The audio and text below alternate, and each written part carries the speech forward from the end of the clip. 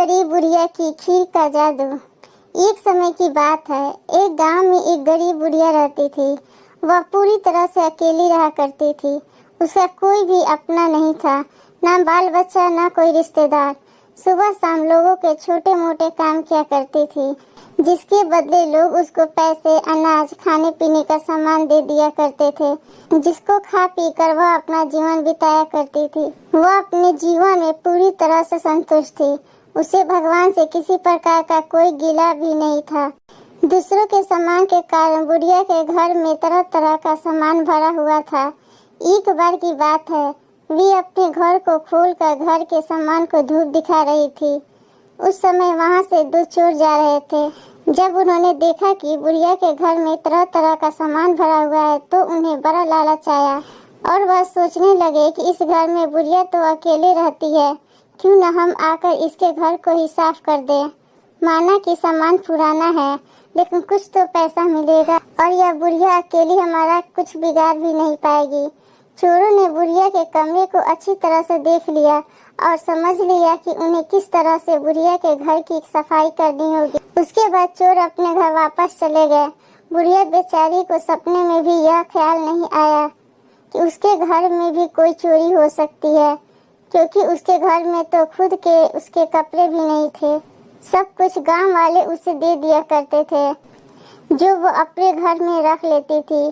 कुछ दिन बीत गई और एक दिन रात में चोर अपने दो साथियों को लेकर बुढ़िया के घर पहुंच गए। कमाल की बात यह थी कि उस दिन सरपंच ने बुढ़िया को चावल, दूध और चीनी दी थी। बुढ़िया बहुत खुश थी।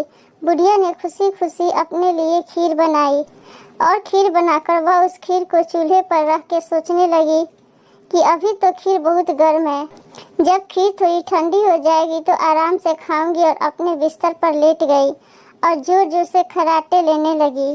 चोर बाहर ही खड़े थे। बुढ़िया के खर्राटे की आवाज सुनते ही उन्होंने सोचा कि चलो अब रास्ता साफ हो गया है, आराम से बुढ़िया का घर साफ कर सकते हैं।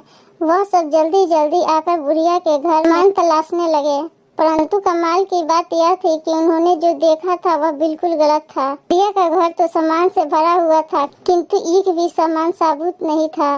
हर सामान टूटा फूटा, पुराना और खराब था। यह देख चोर बहुत दुखी हुए और बुढ़िया को बहुत गालियां देने लगे। वह बोले, देखो कितनी दुष्ट बुढ़िया है, आराम से सो रही है और हम बेचारे इतनी मेहनत कर रहे हैं। तभी दूसरे चोर की नजर सामने पड़ी खीर पर पड़ी। गरम गरम खीर को देखकर चोर ने कहा, चलो बुढ़िया के घर पर कुछ तो और नहीं तो कम से कम खीर तो है, और वह उसको खाने लगे। जब वह खीर खाकर जाने लगे तो थोड़ी सी खीर बुढ़िया के लिए भी छोड़ दी, किंतु जब बुढ़िया की तरफ देखा तो उसका हाथ खुला हुआ था, जैसे वो कुछ मांग रही हो। साथ ही उसका मुंह भी खुला हुआ था, जिसको देखकर चोरों ने सोचा कि बेचारी बुढ़िया लोगों से मांग मांग कर अपना जीवन बिता रही है, लगता है बहुत थक गई है और खाने के लिए खीर मांग रही है। आखिर उम्र में तो हमारी माँ की बराबर ही है। बिना कोई सोचे समझे गरम गरम खीर बुढ़िया के मुंह में डाल दिया। गरम गरम खीर मुंह पर पड़ते ही बुढ़िया जोर से चिल्लाई, हाय दैया, मार डाला मार डाला। बुढ़िया के चीख सुनते ही चोर डर के जल्दी जल्दी छुपने लगे। जिसने मुंह में खीर डाली थी वह ऊपर जाकर छिप गया। बुढ़िया की चीख सुनते ही गांव वाले बुढ़िया के घर पर आ गए और पूछने लगे, क्या हुआ माँ? बुढ़िया बोली, मुझे क्या पता, ऊपर वाले जाने।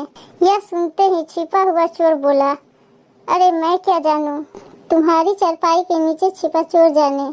यह सुनते ही चारपाई के नीचे छुपा चोर बोला, मैं ही क्यों जानूं, चारपाई के दाएं छुपा चोर क्यों न जाने।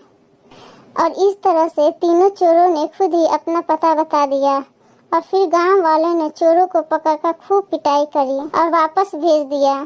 उसके बाद से चोरों ने कान पकड़ लिया कि आज के बाद कभी भी चोरी नहीं करेंगे।